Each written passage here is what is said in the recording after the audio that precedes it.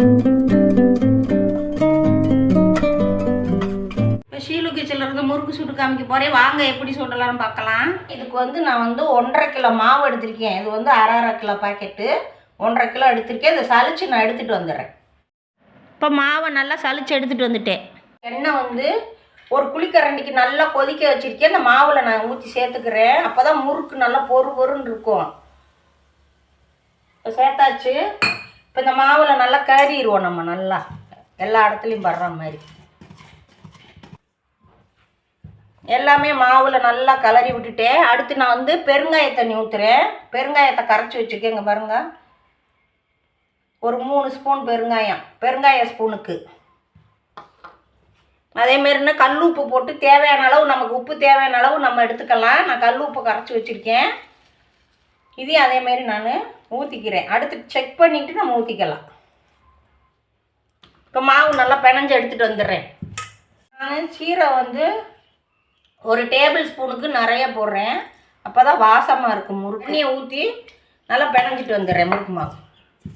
இப்போ நான் வந்து அடுப்பில் கடாயை வச்சுருக்கேன். நான் தேங்காய் எண்ணெய் வந்து யூஸ் பண்ணுறேன் முறுக்குக்கு. இதில் சுட்டோம்னா தேங்காய் எண்ணெய்லாம் ரொம்ப டேஸ்ட்டாக இருக்கும் முறுக்கு. இப்போ எண்ணெய் நல்லா காயட்டும்.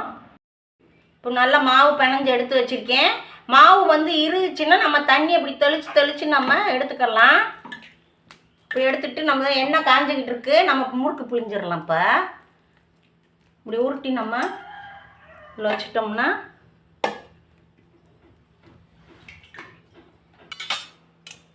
இந்த கரண்டியில் நல்லா எண்ணெய் தடவிக்கிறேன். இப்படி தடவிட்டு இப்படி வச்சுக்கிறணும்.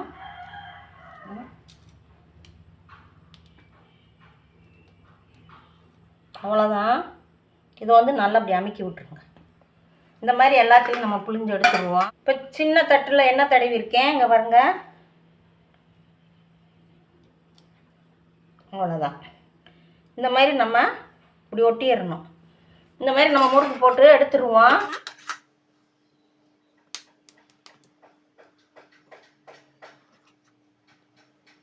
இப்போ புளி போட்டு நல்லா கறியிருச்சு. இப்போ இதை எடுத்து இப்படி வச்சிடுறேன்.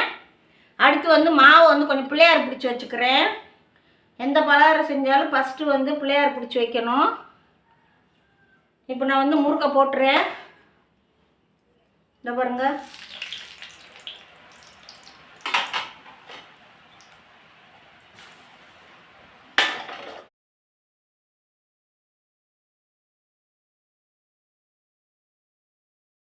இப்போ நல்லா வெந்துக்கிட்டு இருக்கு பாருங்கள். இந்த பக்கம் திருப்பி போட்டுறேன்.